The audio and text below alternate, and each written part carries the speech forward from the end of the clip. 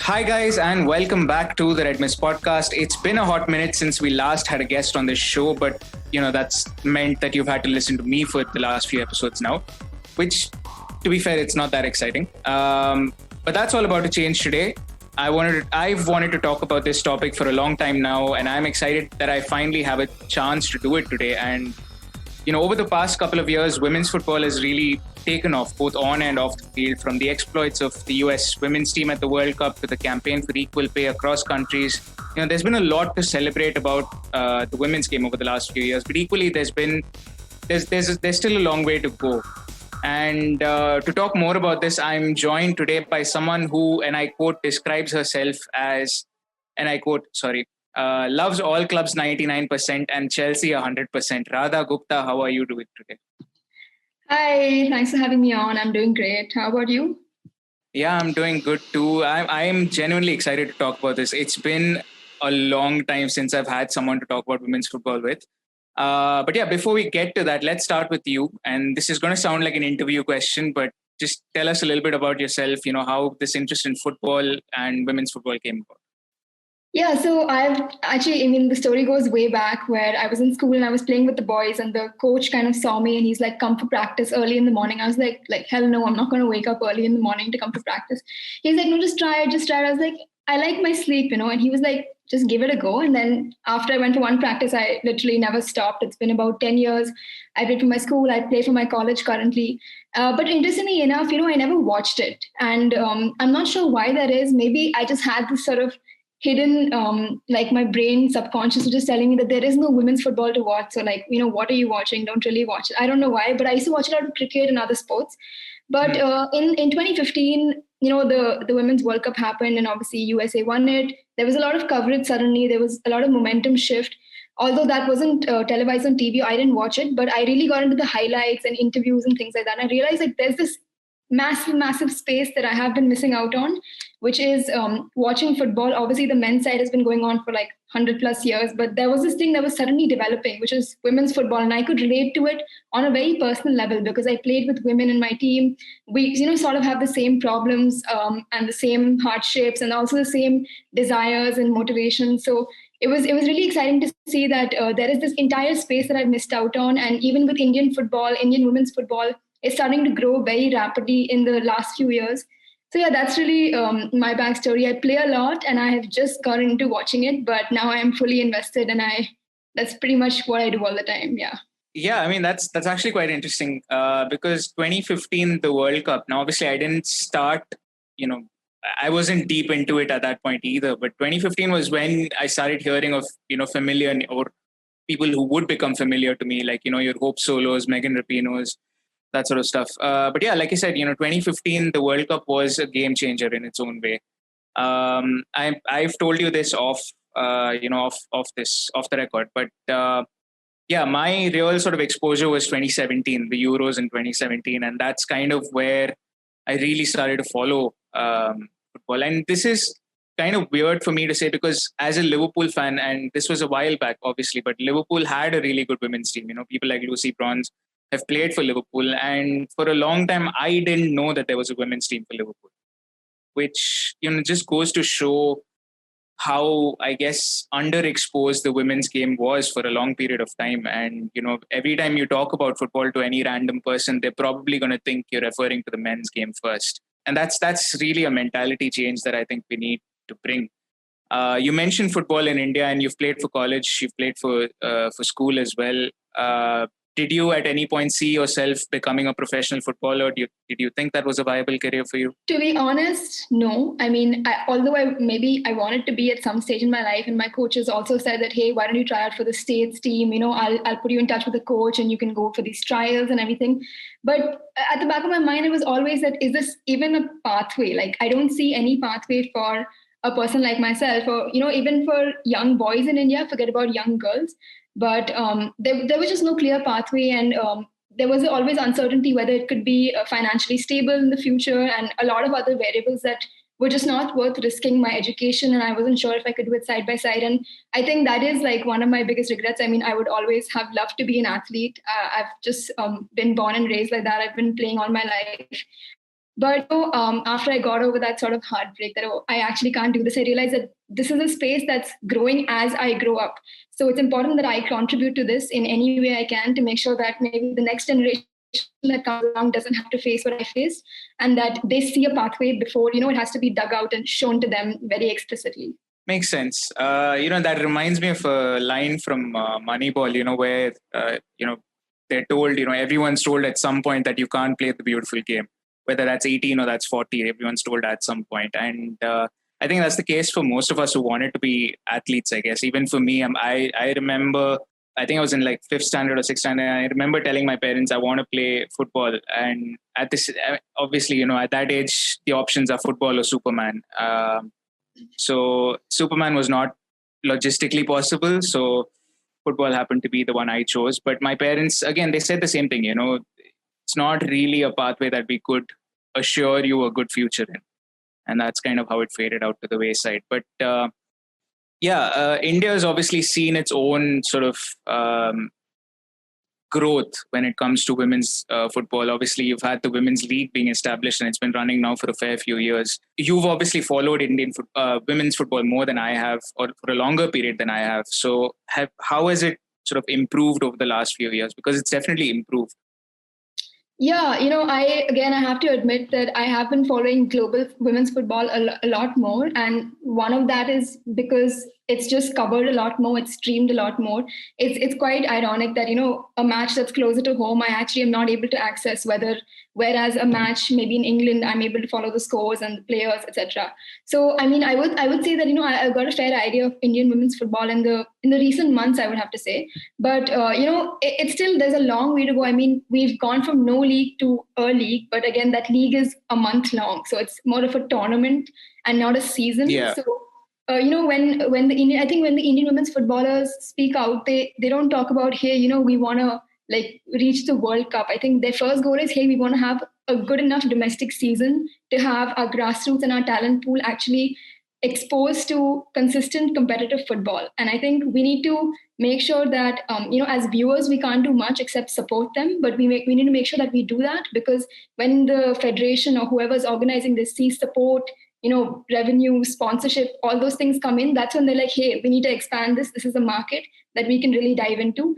And so I think it's really important for us to go from a tournament to a season, and then to achieve, Asian Cup and Commonwealth, etc., World Cup someday. Yeah, someday in the future, hopefully. The FIFA Men's Under-17 World Cup was held here a couple of years ago. And to a certain degree, I'm not going to say it provided a massive boost, but to a certain degree, it did provide a boost to the men's game in this country. On the other hand, the Women's World Cup, which was supposed to be held this year, was, it was forced to be cancelled, obviously, because of the pandemic. How much of an effect do you think that will have? Yeah, so, understandably, it had to be cancelled. And in a way, it's good that it was cancelled. And I'll tell you why, because if it was conducted in a small bio bubble where no one could come, that momentum would not have been able to be extracted. Now, the fact is, it's been cancelled, but the good thing or the silver lining is that India still have hosting rights. We're still going to have a team to play in that World Cup. We're still going to have our home stadiums and home crowds, be it in 2022. But the fact is, maybe, it's unfortunate that the current squad's going to miss out, because the next squad is going to take over. But it's really important that it happens at home. And FIFA has put confidence in India that, you did 2017 World Cup really well, so here's another one for you. And it's great that we've kept hosting rights. I know it sucks that it's been cancelled, but I feel like the only way we can extract the momentum from this is if we still host it. And it's important that in 2022, we do a good job. And for that, we need to start now. That's fair. I'm just hoping that the Under-17 World Cup is, I guess, a stepping stone for women footballers. Maybe that establishes some sort of a grassroots program where we can develop women footballers, just the way sort of the men's football has been going. And speaking of men's football, the Indian Super League, that's been there for a number of years now. I think it's in its 6th or 7th season at this point. Do you think it's time they looked at having women's clubs as affiliates? So, for example, if there's a Bengaluru FC, there's also a Bengaluru FC Women. So is that something that's viable at this point, or do you still see it happening maybe a few years later? Yeah, I mean, it's a bit tricky to answer this. I sort of see it as what kind of pathway or what approach will help the women's game grow? So in England, let's say we've seen that the men's clubs have, women's wings or women's teams. And really, if you're a Liverpool fan, then you sort of get into the women's team too. Whereas if, there's a Liverpool men's team and then there's like a smaller town women's team, you might not, navigate yourself and go and follow them or watch them. So I think it's important to harness this momentum. So see, the men have had a heads up or like a head start. Okay, be it overseas or be it India, it's just unfortunate that in many sports, men have had a head start. So it's important that we capitalize on that head start and we get them on board and get the women on board and sort of move together as a unit, because that's the only way where the women are going to catch up. And it's important for the women to catch up, because if they just keep trailing, that distance is going to get bigger and bigger, because more and more money will go into just the men's side of things. They'll keep pushing on ahead and the women will be like, hey, we're here too. So, I think it's a good approach to have one sort of franchise and have a women's and a men's team for them, because then you see to it that the facilities that this franchise has, both teams get to sort of, work in them or train with the same medical staff, et cetera, et cetera.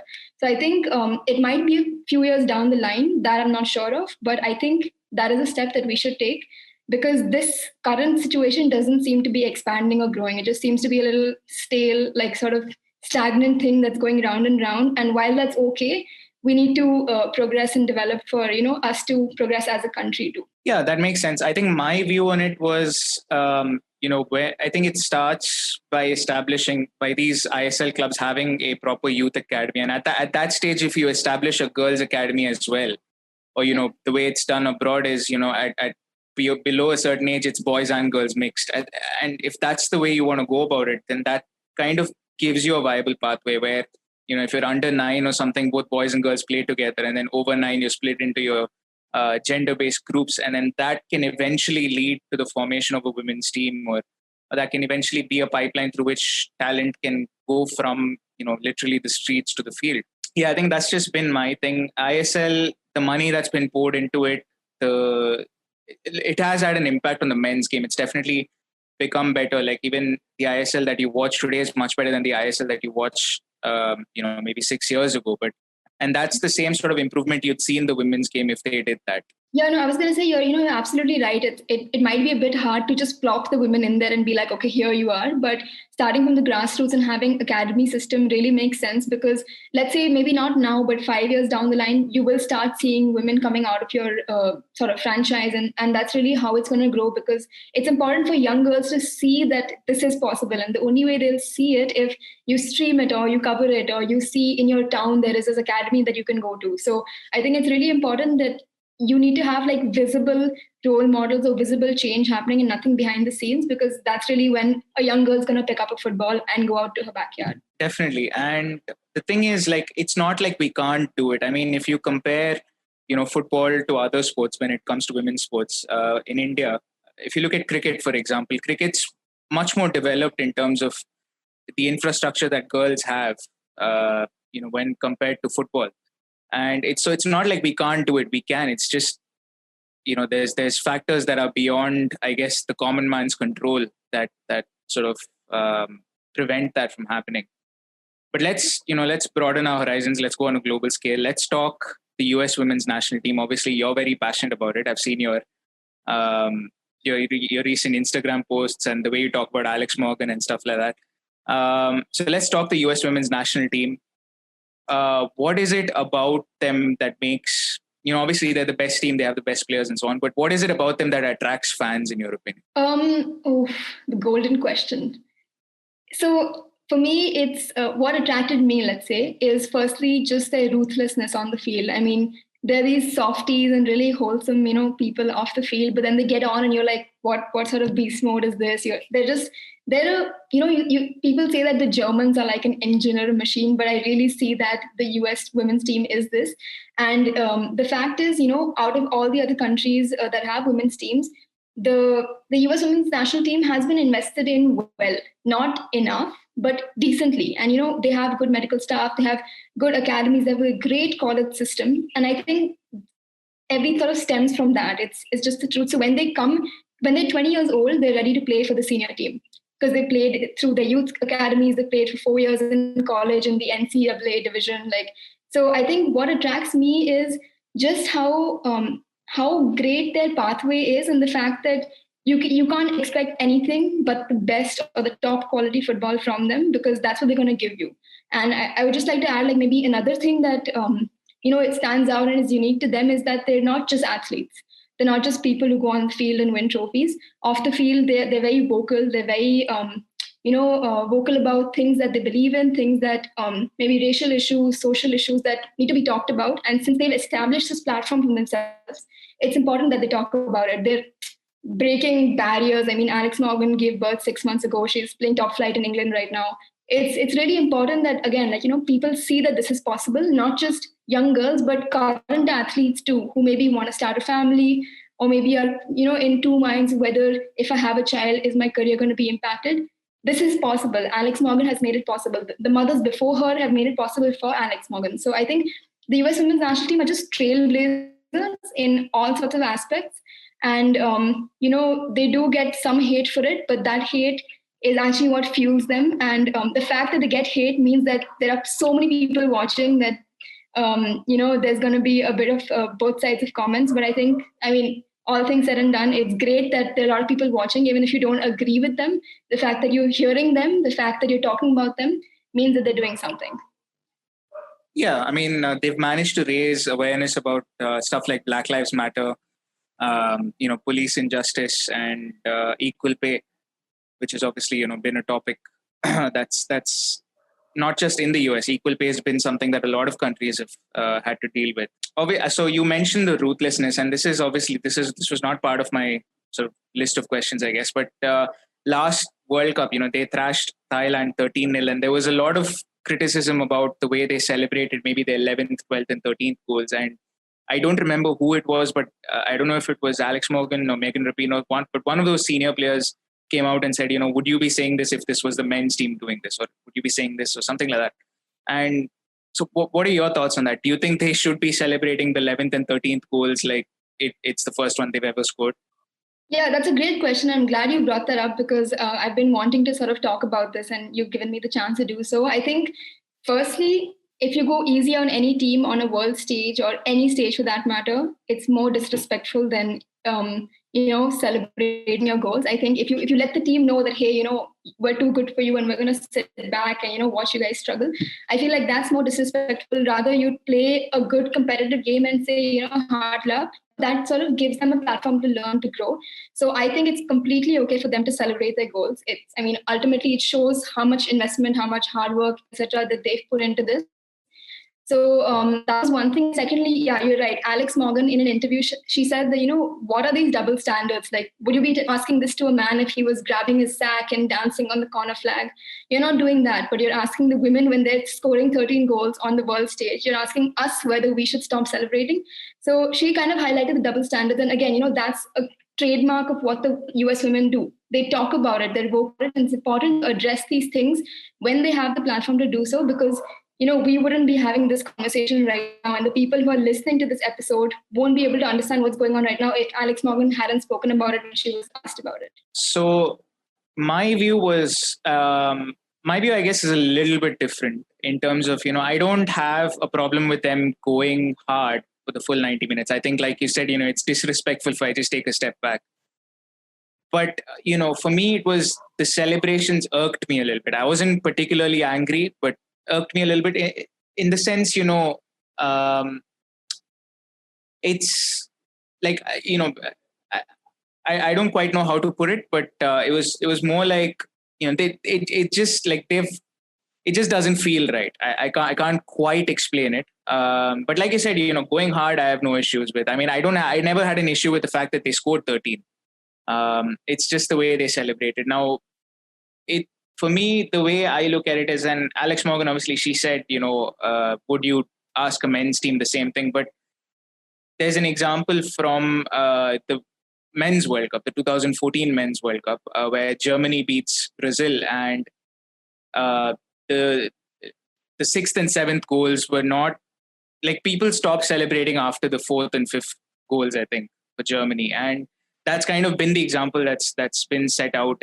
But like you said, it's, for me, I can understand both sides of it. Like, it irked me a little bit, I won't lie.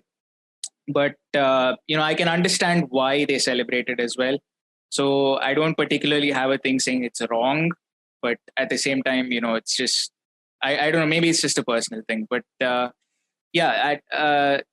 yeah, that's just me, I guess. Yeah, if I could just add to that, it's interesting Yeah, because the women's, like the stage that the women's football like universe is at quite a different stage than where the men's football universe is at. And I guess the question we should be asking is, they scored 13 goals versus debutants in Thailand into a World Cup stage.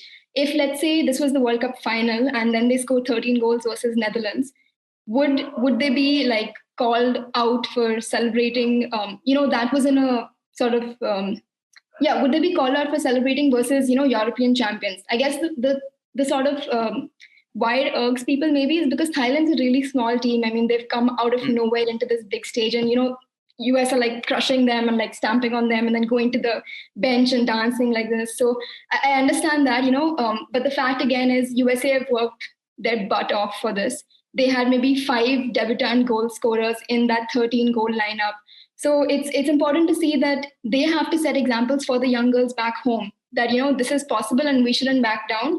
This is what we're capable of. So you can pick up a ball and be here one day. And I think for Thailand, I mean, I don't think Thailand had a problem with it either. If you go and, maybe see some interviews or things like that, they completely accepted that this was our defeat. They, in fact, went back and went harder the next game. They lost to Sweden 5-1, but they did score 1 goal against Sweden. And if you notice, when they scored that goal, their philanthropist on the bench, she was in tears and their coach was in tears because that's what it means to them. So I don't think, I mean, I guess there are two sides to it, but I believe that it's better to sort of celebrate your achievements. It's not like they cheated and they did something wrong. But I guess it's understandable that, it's a bit arrogant or a bit stubborn. But I think you have to be that because the women's football universe is only going to lunge ahead or step ahead because there's more coverage, there's more conversation. And ultimately, again, we wouldn't be talking about this if they hadn't done that. Yeah, definitely. The European teams, you mentioned obviously the Netherlands. The Netherlands played America recently in a friendly and lost. And they played in the World Cup finals, of course. And, throughout that tournament, US played really good teams, England, France, Spain, and the Netherlands, obviously. But do you think the European teams are catching up to the Americans right now? Or does this, recent win over the Netherlands, does it show you that there's still a considerable gap? Yeah, that's a great question. I would say after the 2019 World Cup, I would have said yes. They're catching up. They in the top 8. There were 7 Europeans and 1 USA alone. But it just shows that although they may be ahead, they haven't taken their foot off the pedal because they had 8 months without any matches. They had only intra-squad competitive games or whatever, whereas the Dutch were playing European qualifiers. They've been playing consistently in the WSL. And you see that the Dutch-American game that happened, that was just sort of a no-brainer. Like USA came, said 2 goals in my pocket, thank you, bye. So we see that although, the Dutch and Europeans were catching up, USA is like, we're not stopping. We're going to be here, by the time the Olympics or the World Cup rolls around. So again, I think I mentioned this in another episode too with someone else, where I am a bit concerned for the fact that although catching up is happening, USA are running away with it.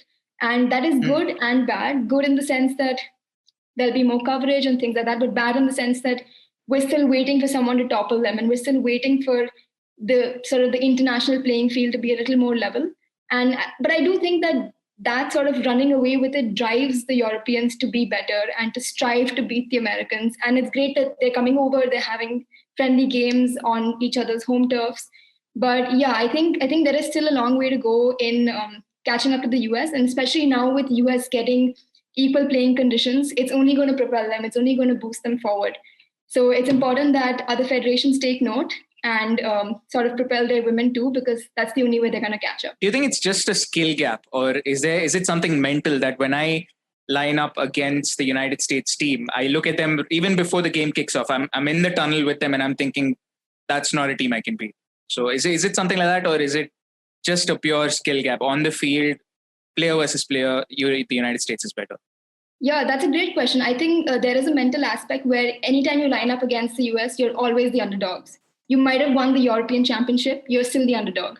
You might have the Mm, entire stadium filled with your fans, you're still the underdog. So that is the mental aspect. But I think not so much the player versus player on the field, but the player progress off the field, in the sense that the US women's medical staff actually track menstruation cycles, they track mm, eating habits, they track your jet lag when you're traveling here and there. So those smaller things. So I was watching this interview with Vlatko Andonovsky, his coach, and he said that all the players do their big things perfectly. Be it the Dutch, be it the English, be it the Americans, they do their part perfectly. But it's the little things, and when those little things add up, is what makes you a US versus what makes you a team that's not able to come out of the semifinal. And I think those little things is what the US are really, joining the dots very well and sort of building this big pyramid that they're just on top of, whereas the others are sort of at the base of it. And they're like, what are the little things that we have to do? And they know what they are. You have to track your health mm. cycles better. You need to have proper physios, psychological therapists, all sorts of things. And it's only a question of when they are supplied with those facilities and other things, and when they can start harnessing the use and everything properly, is when they're going to start rising the ranks and reach up to the US. Right. And, this season, moving on to sort of the Women's Super League in England, this season we've seen Americans come into it. Manchester City's got Sam Ewers and Rose Lavelle. United's got, the people that I call the Sadio Mane and Mo Salah of women's football, Kristen Press and Tobin Heath.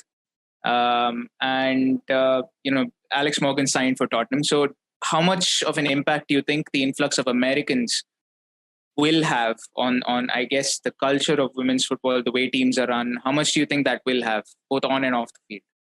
Yeah, a lot of points here. Firstly, the Americans, they always expect the best, be it in terms of how their team performs or how they are treated by the staff or by the franchise as a whole. They always expect the best because they've come from the best.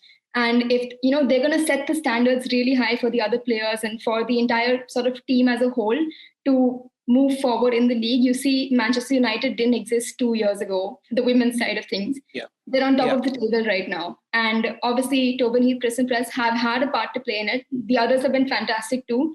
But you see that all I can say is that champions mindset. It's just that World Cup mentality or that just winning mentality where you say that we're going to come here and we're not going to back down. So again, Morgan signing for Spurs, one of her teammates said, she doesn't have to be here. Like, why is she here? But the fact that she's here is because she wants to continuously improve. She has a 6-month-old baby. Her baby is here with her.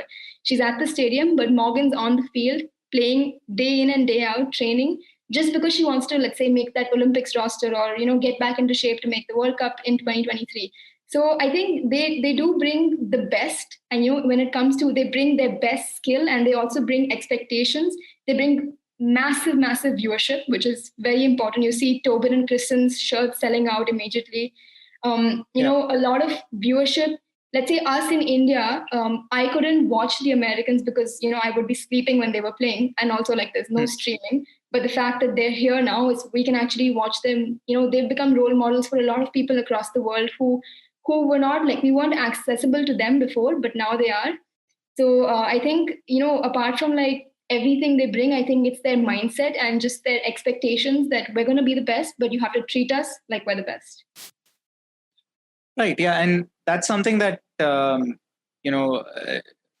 was a former Arsenal left back, Alex Scott. She mentioned, and she played a little bit of time for Boston, and she said, the difference between playing in England and playing in the US. She said, playing in England, when you go into a game, you're focused on your tactics, who's your man, who's your who you're marking, how you're going to play if this happens, how you're going to play if that happens.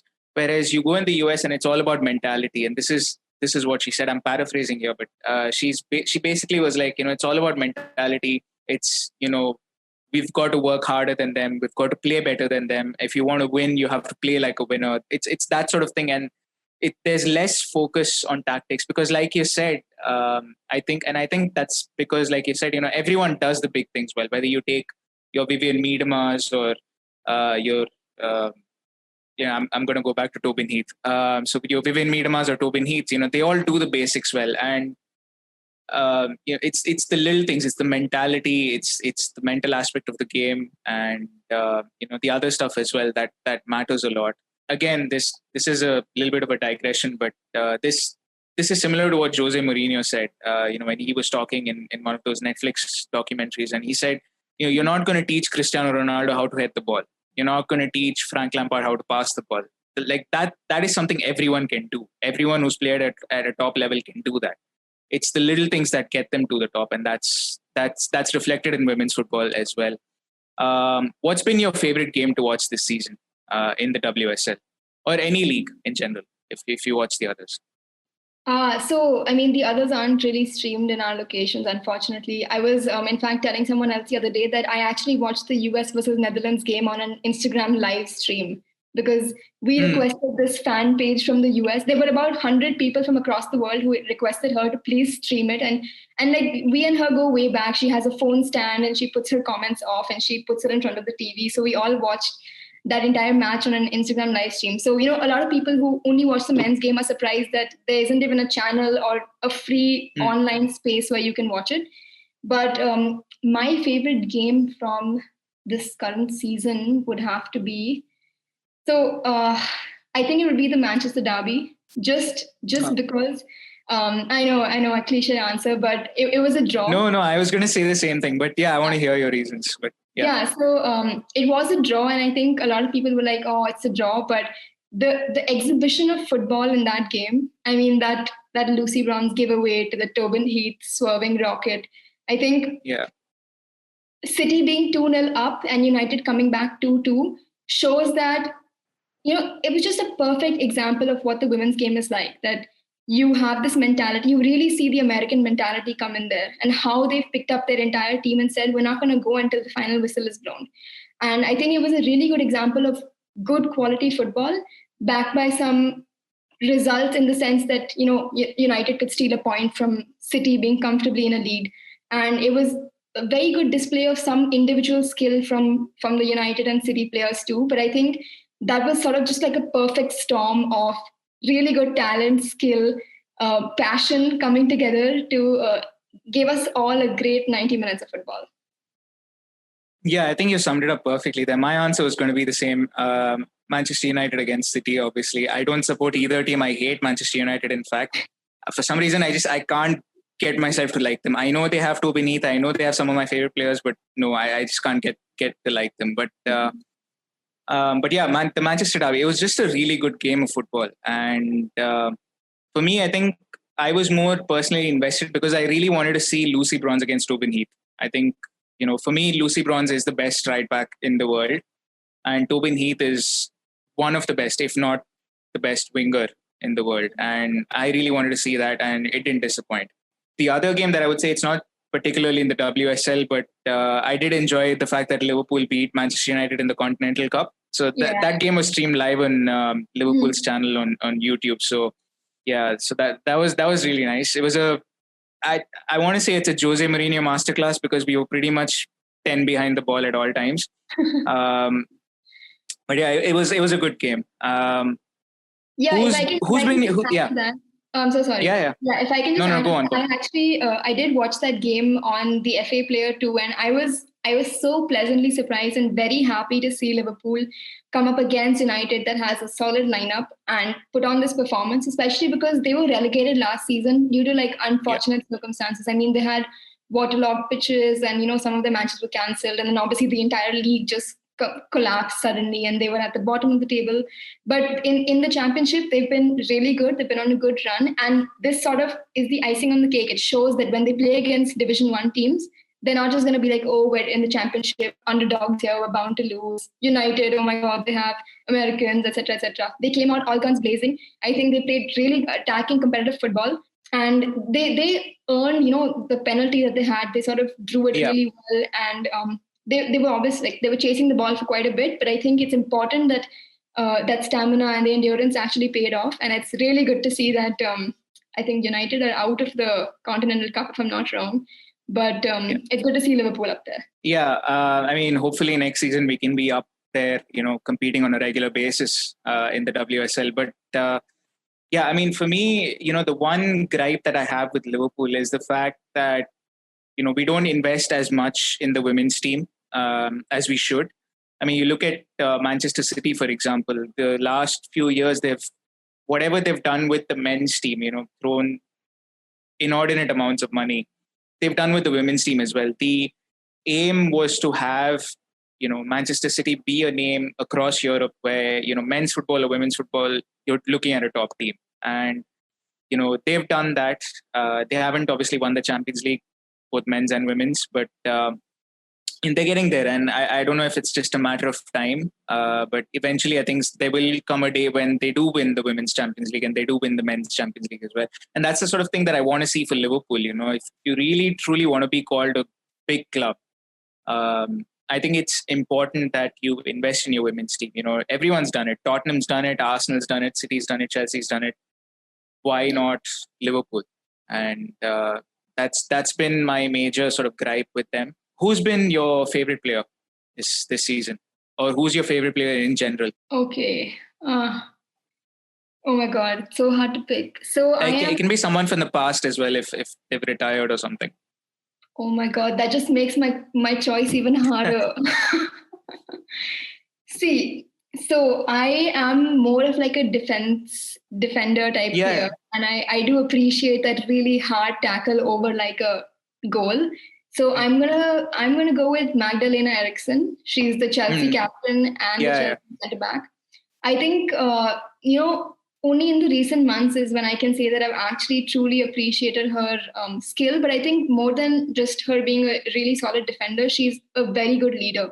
And she recently won the Swedish Defender of the Year and the Swedish Player of the Year too. So she's really hitting her stride, she's hitting her peak, and she led Chelsea to a title win, whatever sort of collapsed season title win that was. But the fact was that Chelsea were undefeated up until that run, and so far in the season too. And I think she's really vocal. I think she brings a sort of calming head, and in the defense line, that's important. I can go on and on, but I think it's going to be her. I do. That's why I do have like a soft spot for Chelsea. I think they're in really good form. They've signed some really good players. I love that they have a female coach who believes in investing in the women. And Pernilla Harder just came in with the historic women's signing fee, which will come to a shock to all the men's fans. It was about £300,000, which is I think what they earn in a couple of hours or something. I have no idea, but I think it's important to see that. Emma Hayes, who's the coach, believes in the women, and other coaches and other franchises are following suit, where they're saying, oh my God, they're investing in their players, in their teams, in their facilities. We're going to do the same. We're going to get Americans on board. We're going to get Alex Morgan on board. We're going to have, the best Swedish or English players coming into our team and really kickstarting it and boosting it. And I think she's, again, sort of set the standard in that aspect. So yeah, it would be Magdalena Eriksson for best player. But I just do love watching all of them. I think they all have some really good traits that they bring to their teams. Yeah, I mean, she's a good choice, Magdalena Eriksson. For me, I think, so in college, I was a goalkeeper, so I have a little bit of a bias to them. But so my first favorite player that I remember was Hope Solo. And so she was a really good keeper. And so that was my first. But I think, I told you this off air. The first time I really got into it was the Euro 2017. And, since then I have loved Daniel van der Donk. Like, she's just been so amazing. She's not the greatest goal scorer, obviously, but just the way she plays, it's so elegant. It's so calm and soothing to watch. Like, I just can't explain it more than that, honestly. It's been brilliant. But the Dutch are known for having these tall women who have this really tall lineup. And then there's this like feisty little Daniel van der Donk in the midfield who's nutmegging everyone and just cutting people left, right and center. So it's great to see. I mean, that's a great choice. I think Arsenal and the Dutch team obviously are very lucky to have her. She's a crucial sort of cog in the entire machine of her team. So yeah, that's a great choice. Yeah. So yeah, Daniel van der Donk would probably be mine. I mean, to be fair, like I do, I have a soft spot for Arsenal, and I do like a lot of their players, Leah Williamson, Vivian Miedema. So yeah. Um, but yeah, I mean, it's it's been a week since Stephanie Frappart became the first woman to referee a men's Champions League match, and it's fair to say that women are having an impact everywhere in football, not just on the field but also off the field, and not just playing football, just refereeing the game, just being part of the sidelines and stuff like that. Thank you so much for joining me today. This has been an absolute pleasure to do. It's been amazing to do this. I've been wanting to talk about women's football for a long time. And thank you, Radha, for joining me. Thanks a lot for having me. Actually, you've given your closing, but I wanted to ask you a question too. Yeah, sure. So my favorite player I mentioned was Magda, and you said Hope Solo. And I don't know if you know about the little controversy that both our players actually had in Rio in 2016 at the World Cup, and sorry, the Olympics at the quarterfinal. Yeah. So the Swedish sort of played this hard defense and then beat USA in penalties, and that was a big upset. Yeah. And Magda said something like, hey, we had a strategy and we used that to beat the Americans. We didn't cheat, we were fair. And Hope Solo were like, oh, they were cowards, and she said a bunch of things. So what do you make of that? Honestly, I think there's no, and I say this even about men's football, there's no right way to play football. There's nothing like saying, it's not like max where you say, 1 + 1 has to be 2. And it's not like, football has this one set strategy where, you always have to play on the front foot and look for goals. And, that's when you're going to win a game. Sometimes you can sit back and hit on the counter. We've seen it in men's games. We've seen it in women's games. There's no right way to win football games. And in a tournament, sometimes the best thing to do is to not concede. Mm-hmm. I mean, if you don't concede in a tournament game, whether it's a quarterfinal, semi-final, if it's a knockout game especially, if you don't concede, half your job's done there.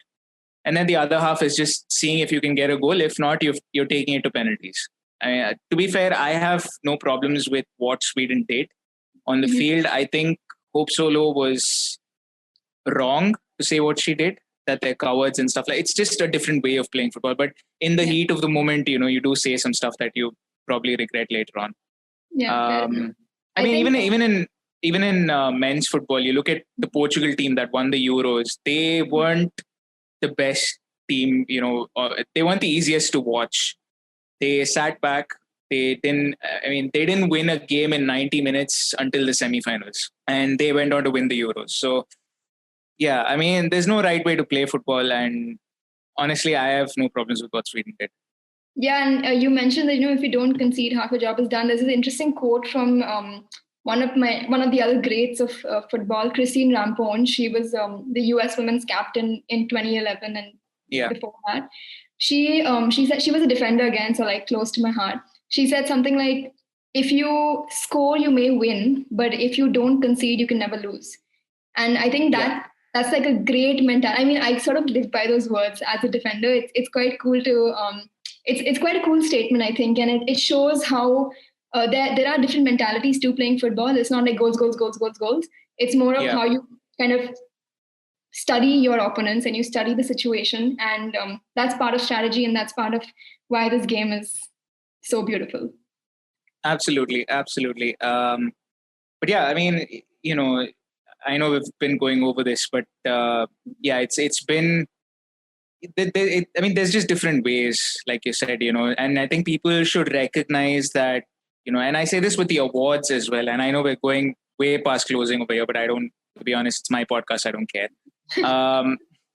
But yeah, there's this thing with awards as well. I think it's unfair to judge a defender by the same standards that you use to judge a forward. Like, I cannot judge Lucy Bronze and Vivian Miedema the same way.